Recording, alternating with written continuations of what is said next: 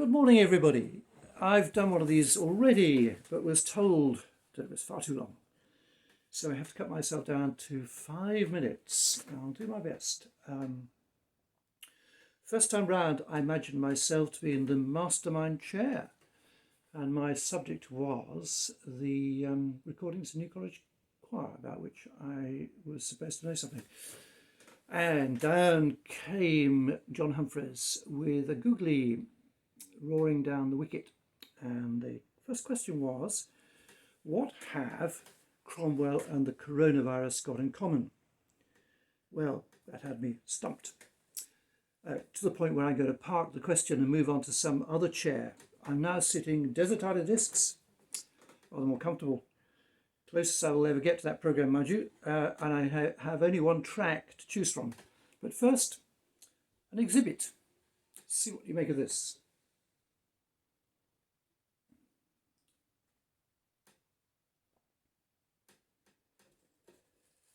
That's a picture of New College choristers, of course. Well, I say of course, but it is a picture of the New College choristers. Something like a little over 15 years ago at Le Cher's Dieu, where we were performing at their festival.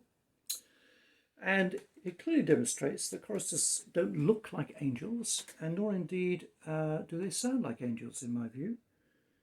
Mind you, God only knows what angels do sound like, but I want to just unpack that bit of my work which touches on the sound that the boys make. I, for a number of years, directed an academy of children's choir direction at Grasse in the south of France, and I had a number of invited choirs to come and show us what they were up to, including the Tölz Knabenchor, Schmidt Garden, and the Hanover Boys of the wonderful Heinz Hennig, Victor Popov with the Moscow Boys Choir. It was really intriguing. My ears were open and in receptive mode, and I really loved the way these children were taught to sing in a very physical fashion and really engaged with their work. Wasn't disassociated from them physically in any way. And I sort of brought that home with me, really. I was looking at it beforehand and it reinforced my interest in it. So the New College choristers sang with what people called continental tone, at least some people did. There's a trick that UKIP actually missed. I can see the policy document now. We regret deeply the use of continental tone in British choirs, and we strongly advise the readoption as soon as possible of the true British tone.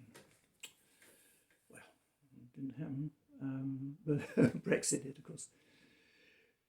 So here we come to my choice. It's from this compilation called Early One Morning, which is folk song. You may be surprised to hear me or see me, have me choose a bit of secular music. It's precisely because it's outside our norms that I really like this record. It shows the boys and indeed the choir doing something in a sort of rather unbuttoned, free way. So it shows off the sound the choristers make, I think, in a very definitive fashion.